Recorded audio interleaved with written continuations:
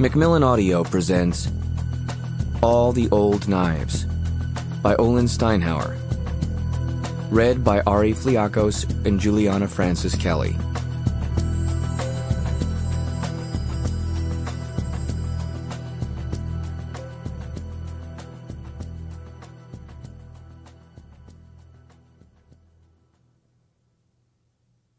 For Slavica. Henry. 1. There's a delay taking off from San Francisco caused, I'm guessing, by an overburdened airport, but no one will tell us for sure. At times like this, sitting stalled on the tarmac, it's easy to think apocalyptically. Airports at the bursting point, highways clogged with SUVs helmed by citizens in meltdown, smog alerts in gridlocked emergency rooms, corridors lined with the bleeding.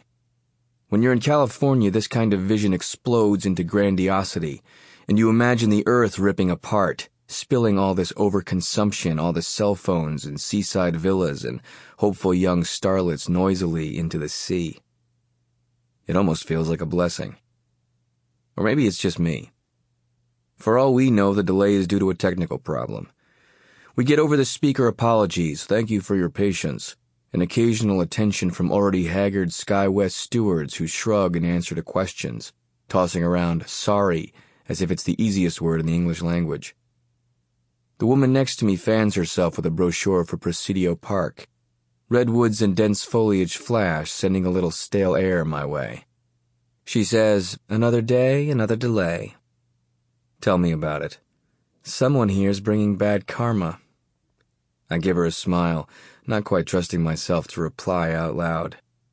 It's a small plane, an Embraer turboprop that can seat 30, though on this one there are no more than 20, all texting whoever's waiting for them in Monterey.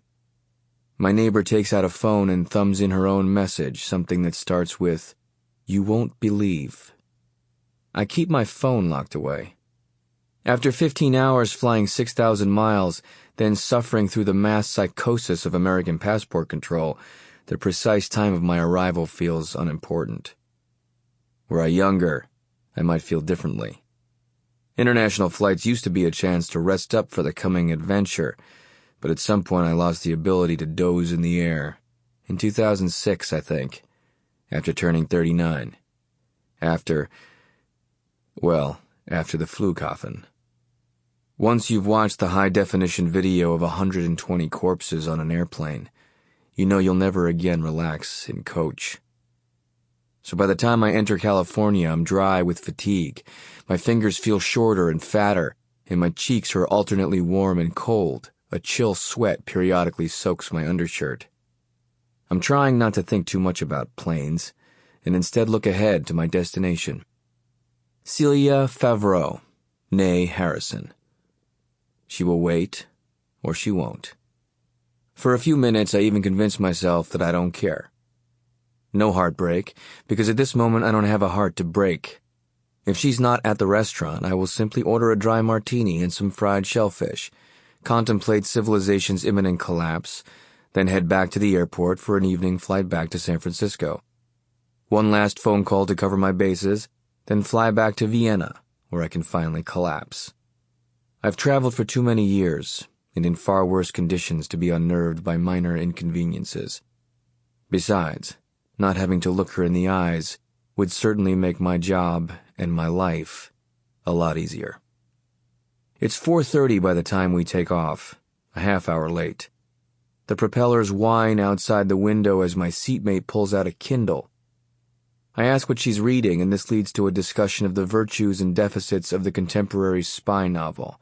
She's halfway through an old Len Deighton, in which a hunt for a mole leads the narrator to his own wife. "They just don't make stories like this anymore," she says wistfully. "You knew who the bad guys were back then. These days—" I try to help her out. "Radical Islam?" "Right. I mean, what kind of an enemy is that?" An elusive one, I want to say. Again, though, I think better of it.